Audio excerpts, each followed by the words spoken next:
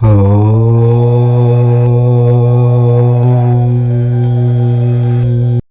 పిల్లలు ఎవరైనా సరే మీ మాట వినకపోతే భోజనంలో ఇవి కలిపి తినిపించండి చాలు.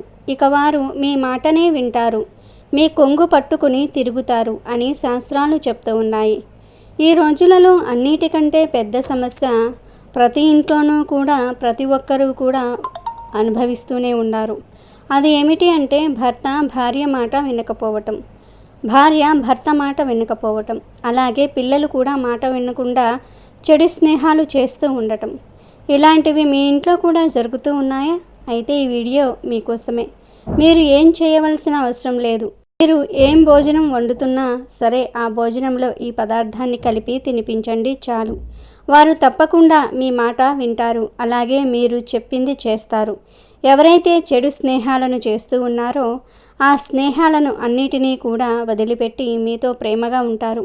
ఈ వీడియోలో ఇప్పుడైతే మనం 3 పరిహారాల గురించి వివరంగా తెలుసుకుందాం. అంతకన్నా ముందు అయితే ఈ వీడియోకి ఒక లైక్ కొట్టి మా ఛానల్ని సబ్స్క్రైబ్ చేసుకొని మాకు సపోర్ట్ చేయండి. ఎందుకంటే మాకు మీ సపోర్ట్ చాలా అవసరం. మొదటి పరిహారం ఏమిటి అంటే మీ భర్త కానీ, మీ పిల్లలు కానీ, మీ భార్య కానీ ఎవరైనా సరే మీ మాట వినటం లేదంటే మీరు ఈ పరిహారాన్ని తప్పకుండా చేయండి. ఎవరైనా మద్యపానం సేవిస్తూ మిమ్మల్ని బాగా బాధ పెడుతూ ఉన్నప్పుడు కూడా మీరు ఈ పరిహారాన్ని చేసుకోవచ్చు.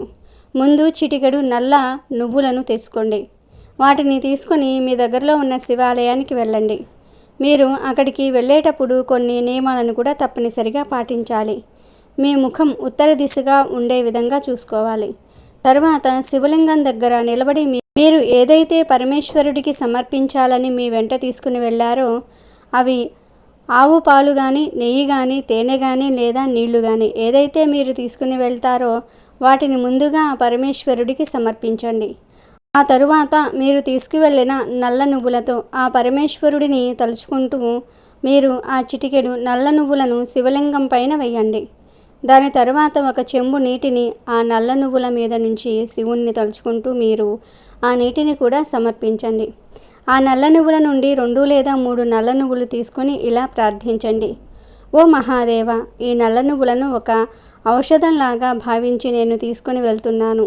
మా ఇంట్లో ఎప్పుడూ కూడా సంతోషాలే ఉండాలి.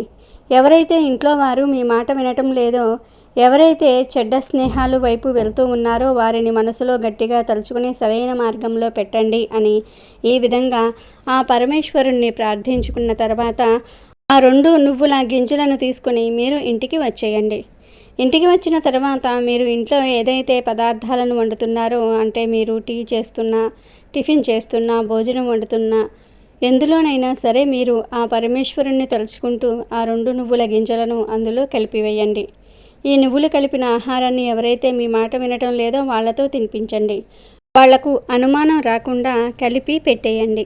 ప్రతి శనివారం కూడా మీరు ఈ పరిహారాన్ని చేసి చూడండి. ఇలా చేస్తే ఖచ్చితంగా మీకు నెల రోజుల్లోనే దీని యొక్క ఫలితాలు అనేవి స్వయంగా మీరే చూస్తారు. మీ ఇంట్లో వారు ఎంతగా మారిపోయారో అని మీకే అనిపిస్తుంది.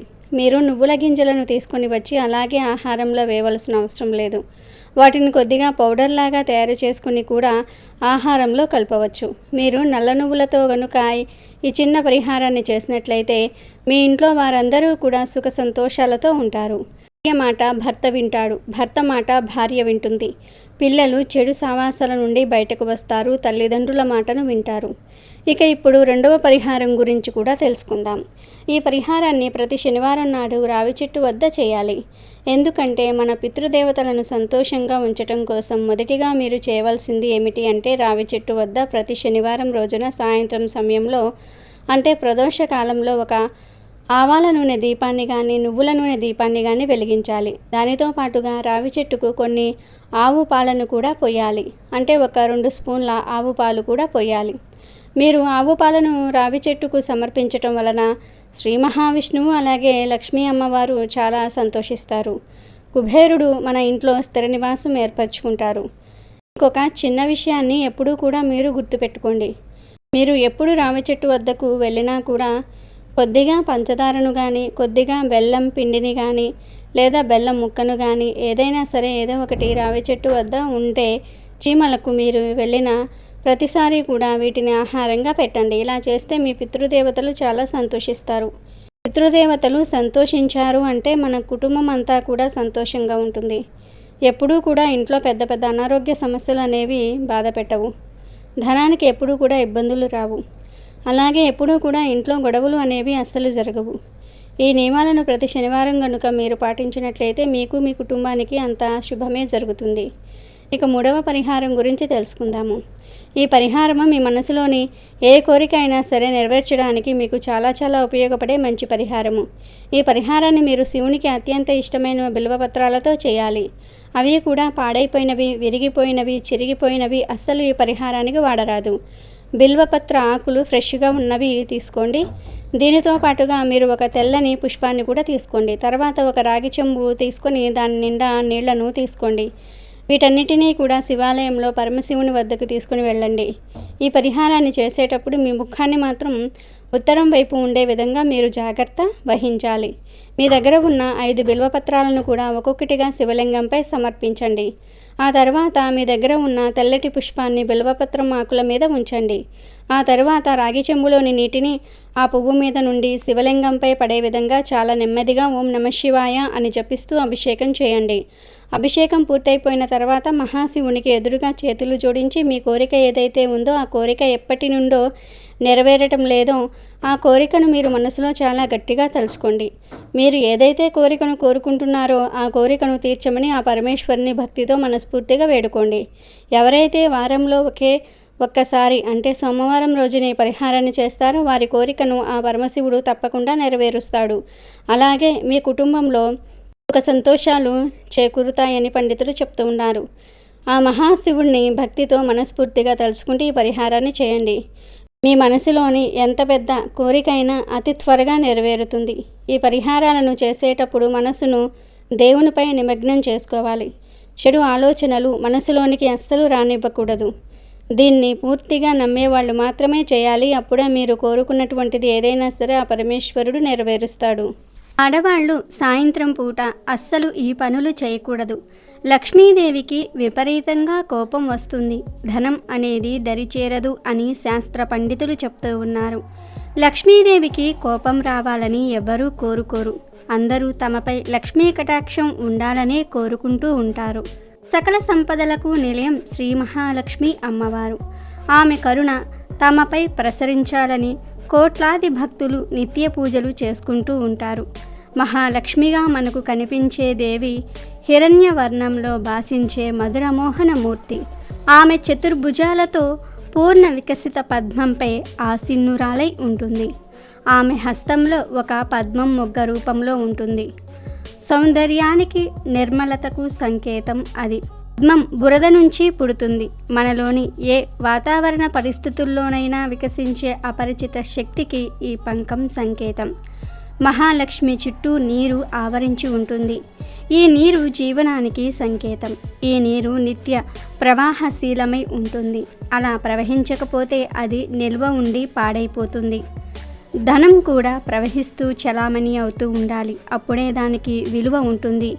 ఈ ధన ప్రవాహాన్ని ఆపి ధనాన్ని కూడబెట్టేవారు ధనం జీవితం అంటే ఏమిటో అర్థం చేసుకోలేరు. చాలామంది దేవతలలాగే లక్ష్మీదేవికి కూడా ఎన్నో పేర్లు ఉన్నాయి. అష్టోత్తర శతనామ స్తోత్రం, సహస్రనామ స్తోత్రం వంటివి ఉన్నాయి. ఎక్కువగా లక్ష్మీదేవిని లక్ష్మి, శ్రీ, సిరి, భార్గవి మాత, పలుకు తేనెల తల్లి, నిత్యాన్న పాయిని, క్షీర సముద్రరాజ తనయ, పద్మ, పద్మాక్షి, పద్మాసన, కమల, పద్మప్రియ, రమ, ఇందిర, లక్ష్మీదేవి అని పిలుస్తూ ఉంటారు.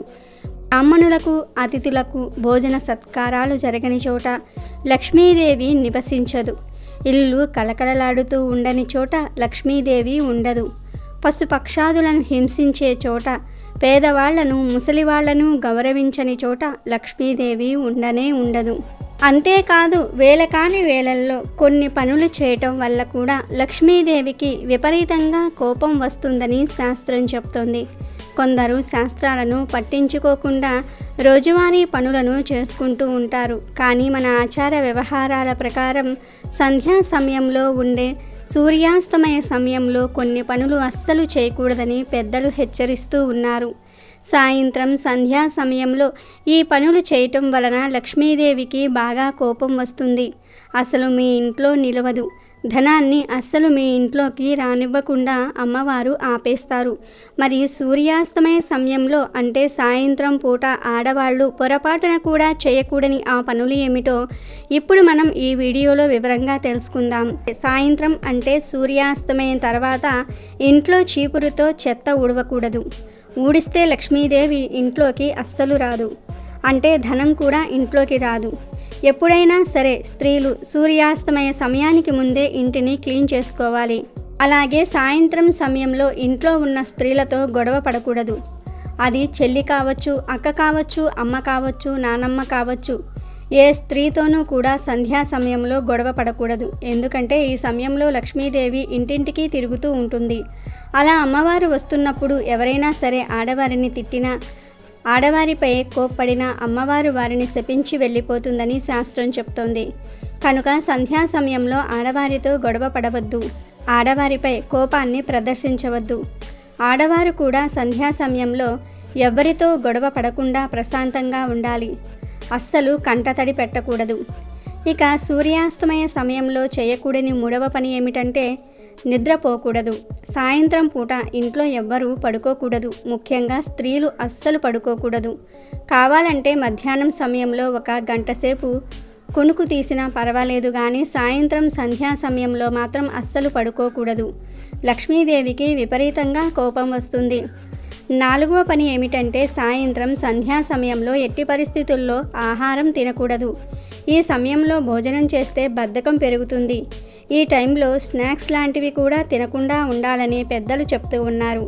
కాదని తింటే కష్టాలు అనుభవిస్తారు. కాబట్టి సంధ్యా సమయంలో భోజనం చేయవద్దు.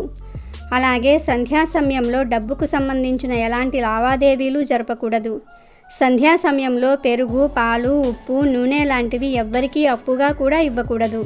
ఇస్తే లక్ష్మీదేవి మీ ఇంటి నుండి వెళ్ళిపోతుందని శాస్త్రం చెప్తోంది. కనుక సంధ్యా సమయంలో అస్సలు ఈ పనులు చేయకుండా అందరూ జాగ్రత్తగా ఉండండి. లేదంటే లక్ష్మీదేవి కోపానికి గురి అవుతారు. ధనం అనేది దరిచేరదు. సంధ్యా సమయంలో ప్రకృతిలో పాజిటివ్ ఎనర్జీ ఎక్కువగా ఉంటుంది. ఆ పాజిటివ్ ఎనర్జీని మనం అందిపుచ్చుకోవడానికి ధ్యానం చేయమని, పూజ చేయమని, దీపారాధన చేయమని మన పెద్దలు చెప్పారు. కాబట్టి ఏ సమయంలో ఏ పనులు చెయ్యాలో తెలుసుకొని ఆ పనులు చేయటం వలన లక్ష్మీ కటాక్షం సిద్ధిస్తుంది. దాన ధర్మాలు చేయటం ఆపేస్తే లక్ష్మీ కటాక్షం ఎలా తగ్గిపోతుందో తెలిపే కథను విందాం. పూర్వము రంగాపురం అనే గ్రామంలో ధర్మయ్య అనే ఆసామి కలడు. ఆయన భార్య సుమలత. వారిద్దరూ ధర్మబుద్ధి కలవారు, పాపభీతి, లక్ష్మీదేవిపై భక్తి కలవారు. వారు వ్యాపారంలో బాగా సంపాదించటమే కాక దాన ధర్మాలు చేయటంలో కూడా కీర్తి ప్రతిష్టలు గడించారు. పేదలకు భోజనం పెట్టందే తినేవారు కాదు. ధర్మయ్య, సుమలత దంపతులకు 3 కుమారులు కలిగి యుక్త వయసుకు వచ్చారు. ఆ 3 విద్యాబుద్ధులు నేర్చుకున్నారు. పెద్దవాడికి వివాహము చేశారు. పెద్ద కోడలు రాగానే దాన ధర్మాలు తగ్గించకపోతే మాకు ఏమి మిగులుతుంది గనుక మామయ్యతో రోజుకు 3 కంటే ఎక్కువ మందికి అన్నదానం చేయవద్దని చెప్పింది. దానికి సరేనన్నారు ధర్మయ్య, సుమలత. ఇక 2వ కొడుకుకి కూడా పెళ్లి చేశారు. 2వ కోడలు రాగానే 2 కంటే ఎక్కువ మందికి అన్నం పెట్టడానికి వీల్లేదంది. దానికి కూడా సరేనన్నారు ధర్మయ్య, సుమలత. తర్వాత 3వ కొడుక్కి కూడా పెళ్లి చేశారు. 3వ కోడలు రాగానే దాన ధర్మాలు పూర్తిగా మానాలని చెప్పింది.